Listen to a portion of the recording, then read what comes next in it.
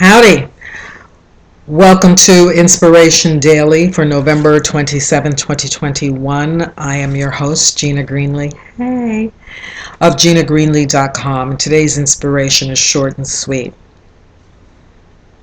This thing over here on my face, it's better now, but it was growing. I think something bit me. I don't know what it is, but I had this minor irritation, right above my eyebrow, and it was flat, smooth, and invisible, and then it started to grow, and it got about this big, and it was itching and burning, and it was red. Good news was it did not contain any material, as in pus or water. Didn't seem to blister. When it didn't go away after, I guess, about 3 or 4 days. Of course, all this always happens on the weekend. The tooth thing happened on the weekend. When you can't find a doctor unless you want to. Never mind. So, I thought, oh God, it's shingles. This thing on my face inspired me to get the shingles vaccine shot. That's the Inspiration Daily. I don't know what this is, but I did go to the dermatologist, and she said, there's probably a million things that could have caused that, but the good news is it's not a malignancy, because malignancies don't come up overnight like that. It wasn't anything she was going to biopsy. She says it's not blistering, it's not, there's no pus in there, so that's good. It's not a virus. It's an unknown irritant. I think something bit me, but whatever. She didn't go with bug bite, and I don't know why I didn't say that out loud, but I was thinking it. But in any event, she said unknown irritant, and she prescribed corticoid steroid cream. I feel like I've said this already.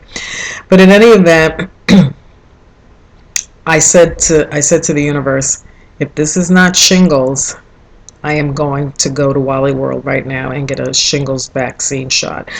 I had chicken pox when I was 16 years old. There was no chicken pox vaccine during my childhood. It did not exist. That came along probably about 20 years after I was born. And at that point, I had chicken pox when I was 16 years old. People of my generation who have had chicken pox, they had it when they were very little, and they do not remember it. I remember having chicken pox, and I had a severe case. And I was deeply uncomfortable for 3 weeks. Every place there is skin on my body, and I do mean every place,